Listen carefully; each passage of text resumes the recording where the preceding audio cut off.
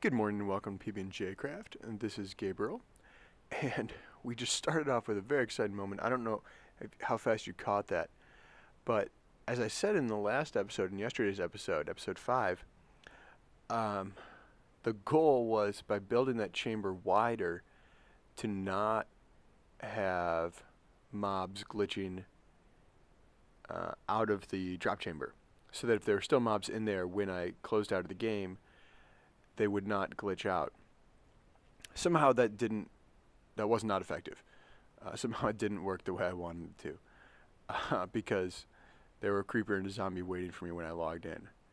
So that's gonna have to be something I deal with. I'm gonna have to figure out how to fix that problem. Now this is the last episode that I have recorded up to this point, so I'm going to start recording again. You won't see this for a few days, so by the time you see this, I'll have recorded more. But to give you an idea, when this episode finishes, we will be at 9 hours and 25 minutes of playing. Which, when you put it that way, it's really not impressive what I've accomplished so far. It's actually kind of it seems kind of weak. But I'm fairly set up. I have sustainable food. I have a quality mob grinder, quality cobblestone grinder. I have my Nether portal activated. So some things are good. Just not everything yet. So there's that going on. I never ended up talking about some of my different ideas. In order to maximize the potential of Skyblock, I eventually want villagers. Now, when Skyblock first came out, actually even when Skyblock 2.1 came out, villagers were not yet in the game, nor is villager trading. And I haven't really done a lot of villager trading yet because I only play super hostile.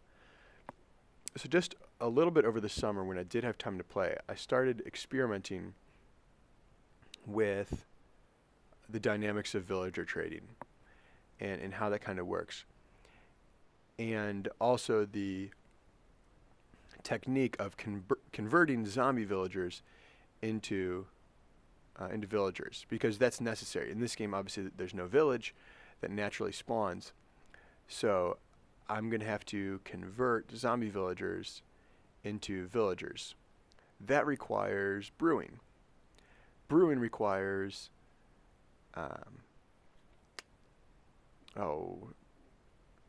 my brain just stopped.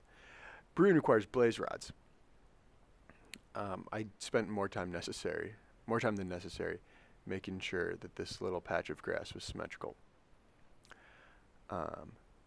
What I'm doing is I'm building a little bit of grass off to the side, because sheep, in order to regrow their wool, I'm hoping to eventually have sheep spawn on my little island up there, and I want to grow wool. So sheep, in order to grow their wool, need grass, and so I want to start growing grass off to a little section away from the rest of that little grass island. So that's why I built that little thing off to the side. So villager trading requires villagers, which require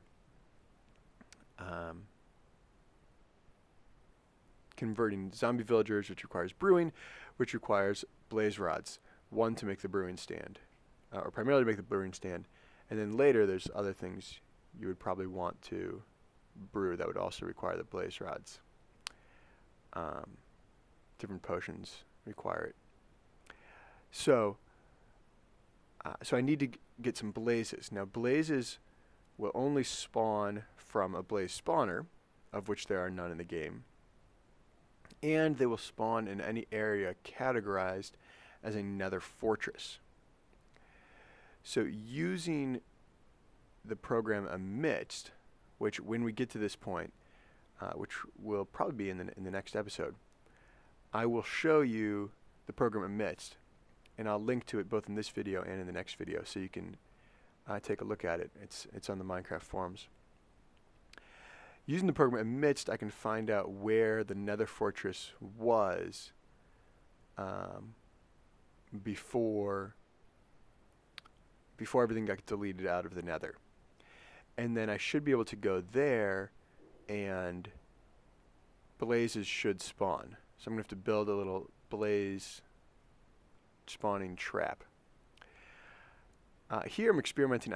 I've never really interacted with snow golems a whole lot. Again, because all I play is super hostile. And I'm experimenting with just how much snow they produce. When you break the snow underneath a snow golem, it immediately produces more snow. So you see, it's incredibly fast there. How much snow this is producing. I mean, it's very fast, obviously, because you're watching at 8 times speed. But it was extremely fast even when I was just doing this. It's just insane how fast my inventory is filling up with snowballs. So I'm thinking about using snow as a building material, because I think I can mine snow more efficiently. Look how much snow I have there. 6 stacks of 64 blocks of snow. That's a lot more efficient than mining cobblestone. So I'm gonna have to check on the dynamics of snow melting. I don't think that's something I hugely have to worry about, because that could save me a lot of time as opposed to mining cobblestone. Of course, it's also a weaker material. Creepers are more apt to blow it up. So that's something I'm going to think about, what exactly to use snow for. Just checking on my grass growing here. I'm going to move these blocks over. I'm going to start now building the other thing I need. So I said I need blaze rods to convert zombie villagers into villagers. The other thing I need are golden apples.